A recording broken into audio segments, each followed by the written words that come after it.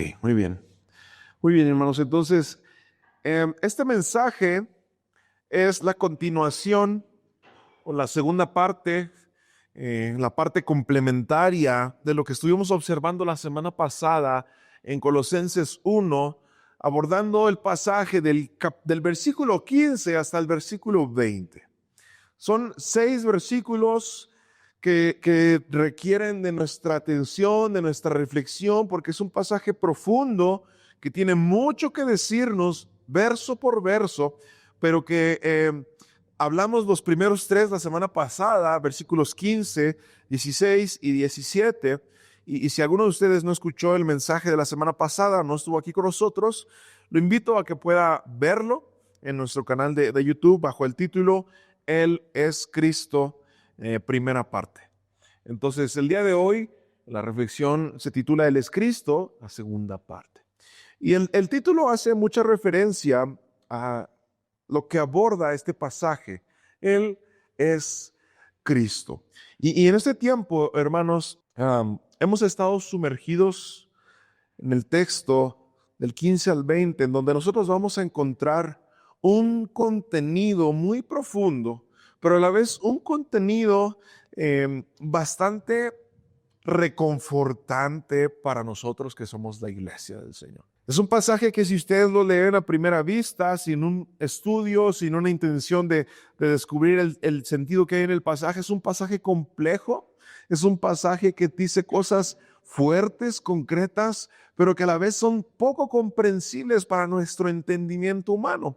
Pero si nosotros nos ponemos a dedicar un poco de tiempo en este pasaje, como lo hemos estado haciendo, vamos a encontrarnos verdades tan hermosas y tan edificantes, tan esperanzadoras para nosotros como iglesia, porque ahora, como lo mencionamos anteriormente, el apóstol Pablo, quien escribe esta carta, ya dejó a un lado la parte de los saludos, ya dejó a un lado la parte de la acción de gracias, podríamos decir coloquialmente las informalidades, y ahora el apóstol Pablo cambia de dirección en el contenido que va a escribir en esta carta, pasando a una sección de enseñanzas concretas y contundentes que son de mucha importancia para la iglesia. Mucha importancia para la iglesia, porque este es el fundamento de nuestra iglesia. Nosotros nos consideramos una iglesia apostólica. Una iglesia apostólica. ¿Por qué? Porque está fundamentada en la verdad de Cristo revelada a través de las Escrituras por medio de los apóstoles. Somos una iglesia apostólica. Y entonces debemos tomar con esta relevancia e importancia lo que el Espíritu Santo inspira en el apóstol Pablo al momento de escribir Colosenses, que si nosotros abrazamos estas verdades, vamos a vivir una relación más cercana con Cristo. Vamos a leer nuevamente estos 6 versículos del 15 al 20, por favor, para refrescar nuestra memoria y ir viendo de qué se trata lo que vamos a hablar acá. Dice el versículo 15, Él es la imagen del Dios invisible, el primogénito de toda la creación. En Él fue creado todo lo que hay en los cielos y en la tierra, todo lo visible y lo invisible, tronos, poderes y principados o autoridades, todo fue creado por medio de Él y para Él. Él existía antes de todas las cosas y por Él se mantiene todo en orden. Él es la cabeza del cuerpo que es la iglesia. Él es el principio, el primogénito de entre los muertos, para tener la preeminencia en todo. Porque al Padre le agradó que en Él habitara toda plenitud, y por medio de Él reconciliar consigo todas las cosas, tanto las que están en la tierra como las que están en los cielos, haciendo la paz mediante la sangre de su cruz. Lo que nosotros vamos a encontrar aquí, hermanos, es una breve, pero a la vez una extraordinaria declaración sobre la personalidad de Jesucristo. Es un texto que de manera sintetizada nos va a enseñar quién es Cristo, su naturaleza, su posición, su autoridad, su valor, su poder, su propósito y su amor para el pecador. Y esto es importante para nuestras vidas porque si nosotros nos hiciéramos la pregunta, ¿de qué me sirve a mí entender este pasaje?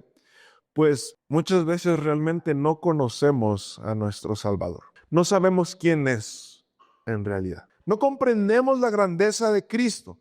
No comprendemos la majestad de su persona y por lo tanto, si nosotros no comprendemos con entendimiento y comprensión quién es Cristo, entonces no daremos el valor ni la honra a quién es Él, ni a lo que ha hecho por nosotros. Yo no puedo comprender todo lo que hay en torno a la persona de Jesucristo si yo no sé quién es, si yo no sé cómo es, si yo no sé cuál es su propósito. Si usted quiere tener una relación cercana con alguien, es por obviedad, se da por hecho que debe hacer el esfuerzo y la tarea de conocerle, de pasar tiempo con esa persona y entonces de esa manera usted sabrá el valor que esa persona tiene para su vida, pues la ha conocido tal cual es. Es por eso que Pablo entonces, de manera muy concreta y con mucho entendimiento bajo la inspiración del Espíritu Santo, una conexión profunda con el Señor, Él nos enseña la naturaleza, la posición y la autoridad de Jesús apuntando hacia la gran obra que Él ha hecho en la humanidad, que es la redención de nuestra vida. Y voy a repasar 4 puntos bien rápidos de lo que vimos la sesión pasada en la primera parte de esta reflexión del Cristo, de los versículos 15 al 18. Número 1, Dios se ha revelado a nosotros a través de ¿quién? De Jesucristo. Él es la imagen del Dios invisible. Segundo punto, Jesús no es un ser aparte de Dios. Jesucristo no es un hombre común y corriente, es Dios mismo y por lo tanto posee todo en cuanto a Dios se refiere. Él es 100% Dios y Él es 100% hombre, es eterno, es autoexistente, es un ser increado. Como muchos decían en los tiempos de Colosenses, que entonces Jesucristo era solamente un hombre utilizado por Dios, que no era Dios, que poseía ciertas manifestaciones de Dios, pero que no era Dios en su totalidad. Entonces, aquí lo que está haciendo Pablo es enseñarle a la iglesia que Jesucristo es 100% Dios y comparte todas sus cualidades y atributos con el Padre. Tercer punto que vimos en la primera parte, los versículos 15 al 17, que por medio de Él y por Él, para Él, todo fue creado. Todo lo visible, pero también lo invisible. No hay nada en toda la creación que no esté por debajo de la posición y autoridad de Jesucristo. Y veíamos que será un alivio para nuestra vida, ¿verdad?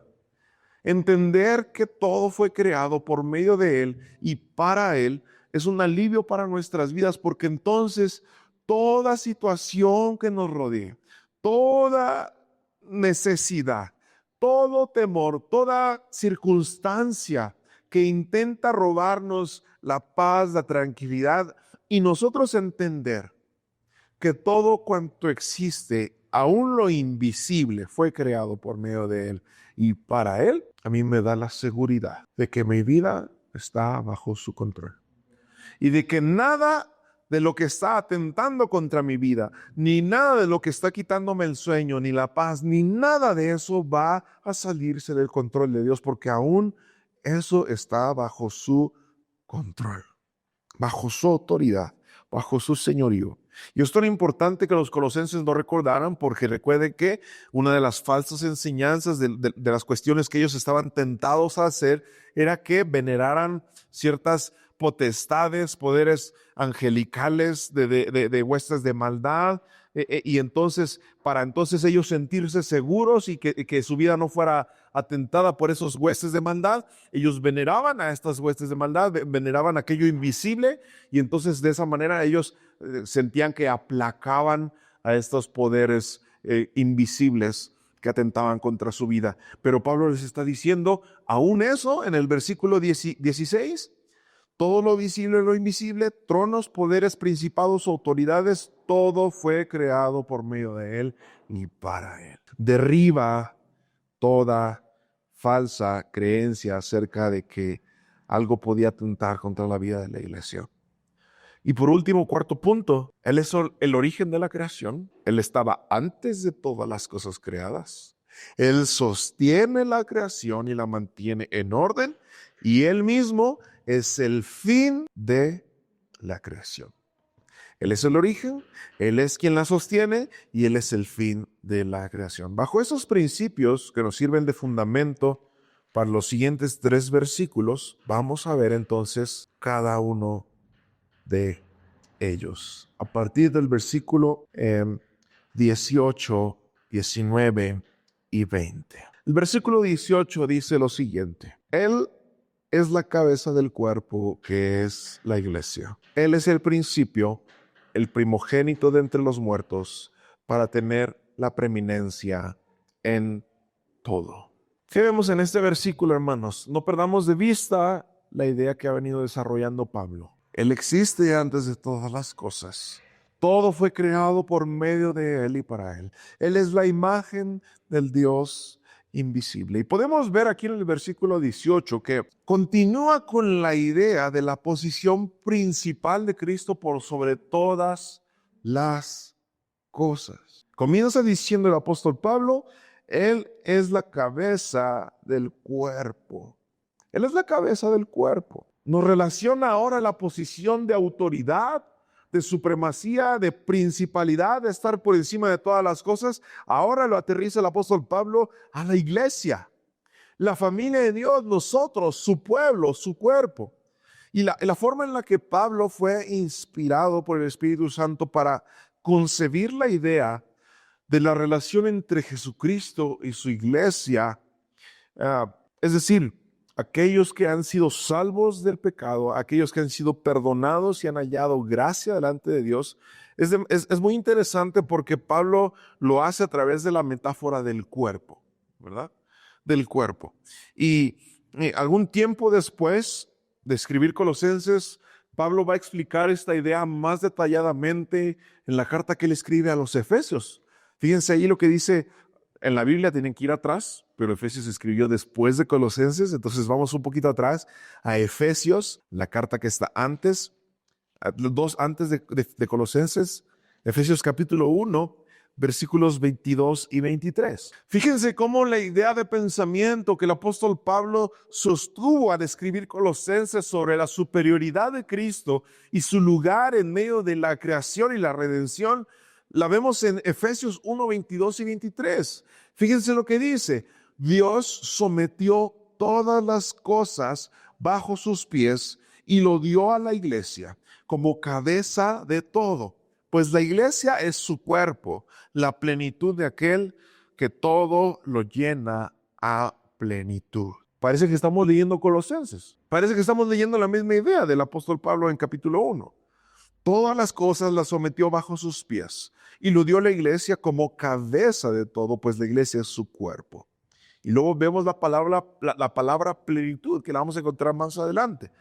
Pues la iglesia es su cuerpo, la plenitud de aquel que lo llena todo a plenitud. Y esta idea la desarrolla todavía un poquito más en el capítulo 4, a partir del versículo 16. Bueno, del versículo 15. Sino que para que profesemos la verdad en amor y crezcamos en todo en Cristo, que es la cabeza, de quien, ahora hay una dependencia de Cristo, de quien todo el cuerpo, bien concertado y unido entre sí por todas las coyunturas que se ayudan mutuamente, según la actividad propia de cada miembro, recibe su crecimiento para ir edificándose en amor.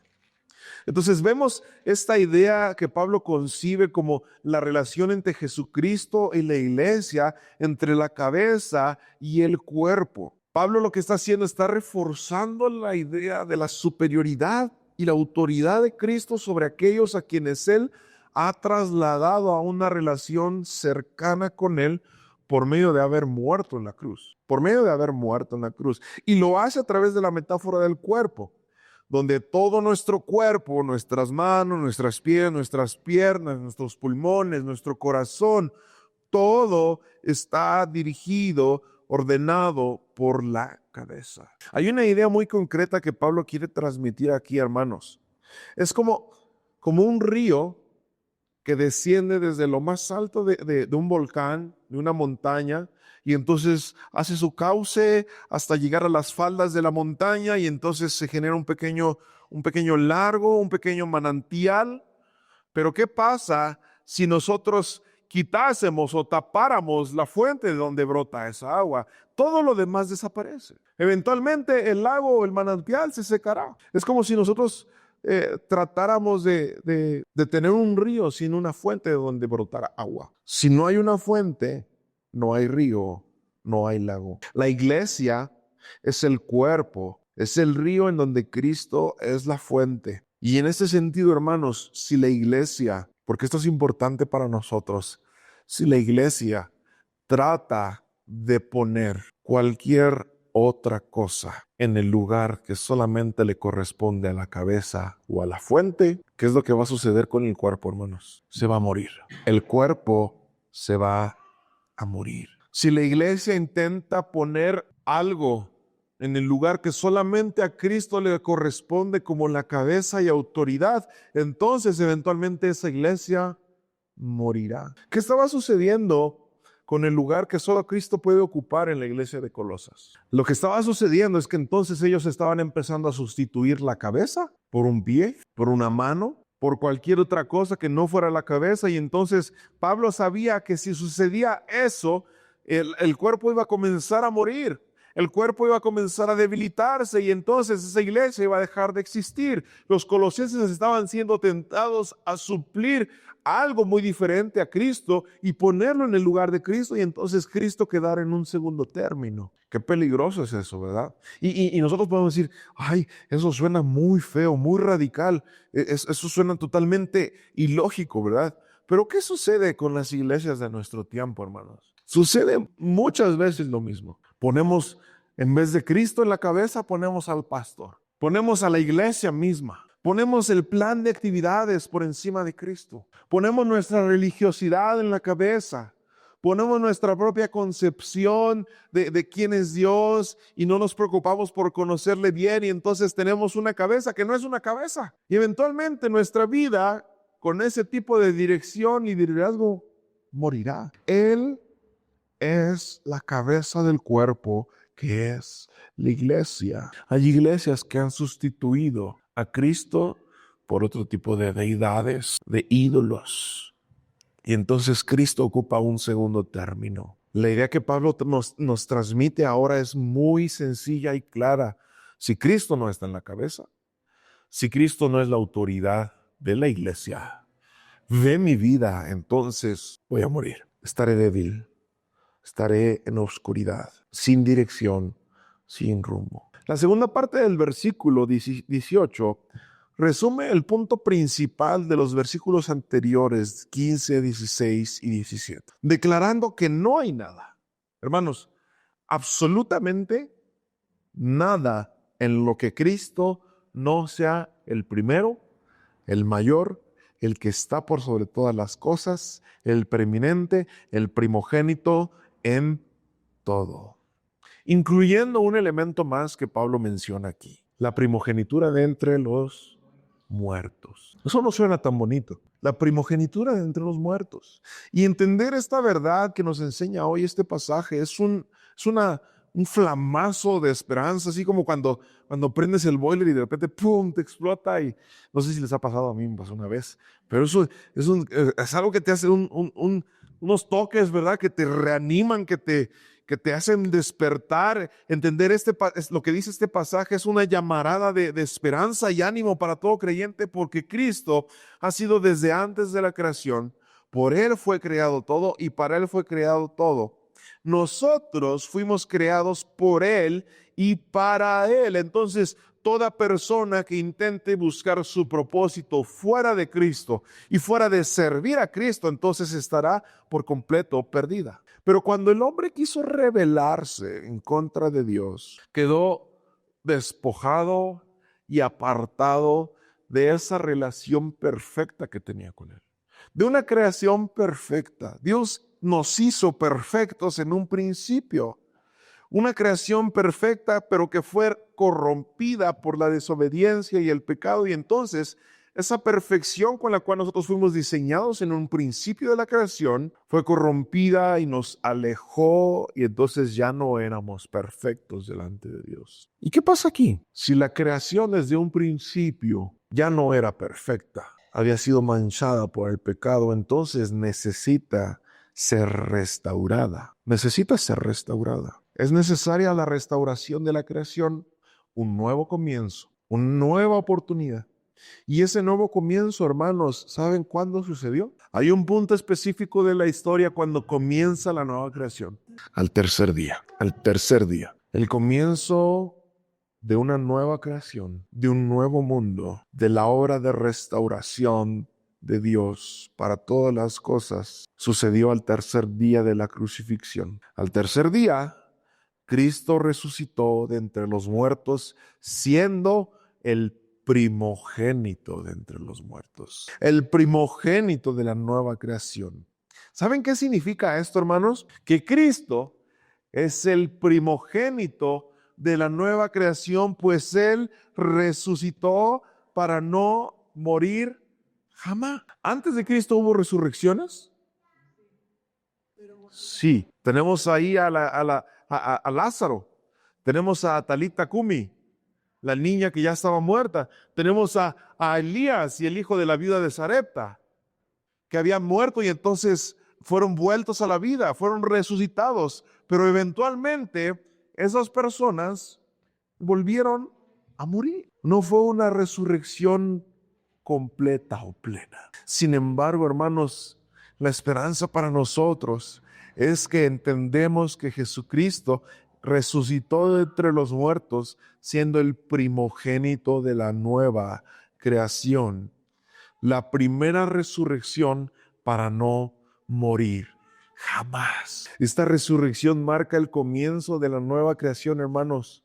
Una resurrección que vamos a gozar todos aquellos que hemos muerto en Él para disfrutar de un cuerpo glorificado. La resurrección de Jesucristo es un anticipo, es una garantía de la resurrección que todos nosotros, hermanos, vamos a disfrutar como sus hermanos y hermanas. Solamente Cristo resucitando para no morir jamás. Entonces solamente de esa manera Él puede tener la primogenitura en absolutamente todo. Hermanos, ¿qué causa en nosotros creer esta verdad que la palabra nos dice el día de hoy?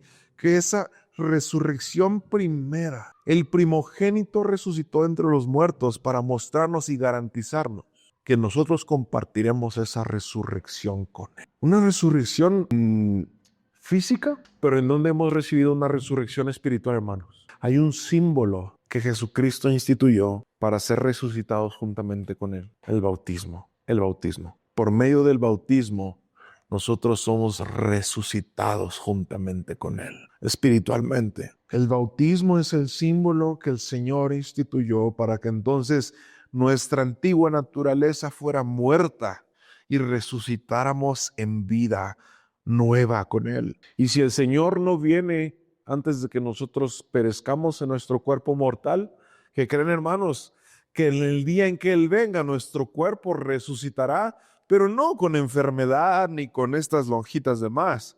Resucitará glorificado. Será un cuerpo diseñado para no morir jamás. Un cuerpo que no tendrá enfermedad, un cuerpo que será nuevamente perfecto como Él lo era al inicio de la creación. Eso es lo que este texto nos quiere decir. Él es el principio, el primogénito de entre los muertos para tener la preeminencia en todo, porque el versículo 19 dice, porque al Padre le agradó que en Él habitara toda plenitud. Y este versículo 19 tiene mucho que ver con el versículo 15. Se relaciona directamente con la idea de que Jesús es la imagen visible de lo invisible de Dios. Y aquí Pablo es muy contundente. El texto es muy claro, muy fuerte. Empuja fuerte el texto porque esto está escrito con toda la intención de refutar la enseñanza contraria a esta verdad que estaba introduciéndose a la iglesia de Colosas. Y quienes han meditado en este versículo 19 de porque al Padre le agradó que en Él habitara toda plenitud. Aunque parece corto y simple de entender este versículo, han encontrado elementos importantes, relevantes, que impactan directamente a nuestras vidas. Sobre todo las últimas 3 palabras de este versículo 19, que son habitara toda plenitud. Habitara toda plenitud. La palabra original utilizada para plenitud es la palabra pleroma. Y esta palabra griega, pleroma, tiene un significado de una totalidad de los poderes y atributos divinos. Divinos, es decir, todo cuanto a Dios corresponde, su carácter, sus atributos, sus cualidades, sus poderes, su naturaleza, absolutamente todo. Pleroma, eso es lo que significa. Habita toda plenitud, toda la pleroma de Dios. Todo cuanto a Dios es, todo está en Jesucristo. Y la palabra que se utiliza para habitarse en la versión 60, tiene un significado de habitar permanentemente. Habitar permanentemente. Porque hay una palabra diferente para referirse a un habitar temporal. Eso es lo que quiere decir que es una habitación permanente, contradiciendo la idea de que Jesús poseía poderes eventualmente en ciertas ocasiones o momentos especiales manifestados para hacer milagros. Y que entonces Él no era Dios, que entonces Él solamente era un instrumento que tenía emanaciones del poder de Dios.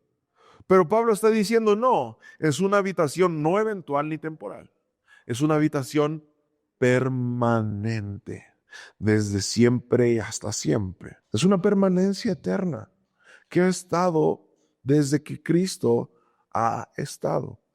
Y la composición de estas 2 palabras, habitar y plenitud, el pleroma, más una palabra que está en medio, habitara toda plenitud. Esta composición de 3 palabras, hermanos, disipa toda duda o argumento sobre la verdadera identidad de Jesucristo. En Él habita permanentemente todo lo que Dios es, sin dejar fuera nada. Qué mensaje tan poderoso es lo que Pablo está diciendo aquí. En Cristo habita permanentemente todo lo que Dios es, sin dejar fuera nada. Bajemos esta idea, hermanos, a nuestra vida. Bajemos esta idea a nuestra vida. ¿Dónde está nuestra plenitud? ¿En dónde nos sentimos plenos? Fíjense lo que un teólogo llamado de apellido Clark, muy conocido por algunos de sus libros, dice lo siguiente: la plenitud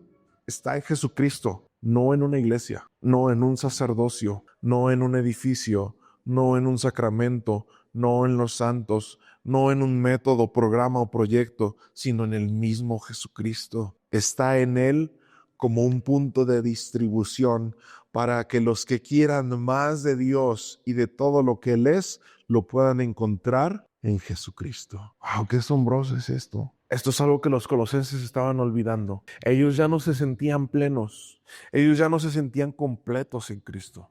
Ellos estaban empezando a intentar buscar otras áreas de su vida en las cuales ellos encontrar plenitud, y entonces tapaban un hoyito por acá, pero destapaban este de acá, y tapaban este de acá y se destapaba este de acá, y entonces desesperadamente ellos estaban diciendo, no me siento pleno en Jesucristo. Inconscientemente ellos estaban desechando la idea de que en Cristo habitaba permanentemente todo lo que Dios es. Para nosotros la enseñanza es exactamente la misma, hermanos. ¿Dónde está mi plenitud?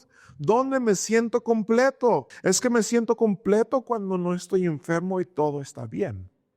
Es que me siento completo cuando sé que tengo un trabajo seguro y que entonces mi familia está bien en casa y que hay dinero en la cuenta del banco y que la despensa está llena y que el tanque de gasolina está a tope. Así me siento pleno, lleno. ¿Es correcto hallar la plenitud en esas cosas de la vida, hermanos? Por eso uno de los mensajes centrales de la serie de Colosenses es: Cristo más todo es igual a Cristo. Cristo menos todo es igual a Cristo.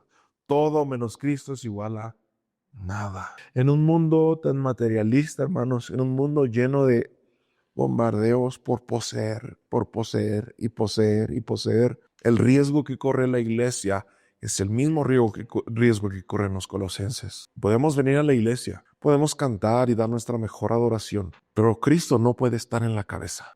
Cristo no puede estar ocupando el primer lugar. ¿Por qué? Porque vengo a la iglesia y estoy pensando, ¿cómo le haré para esto?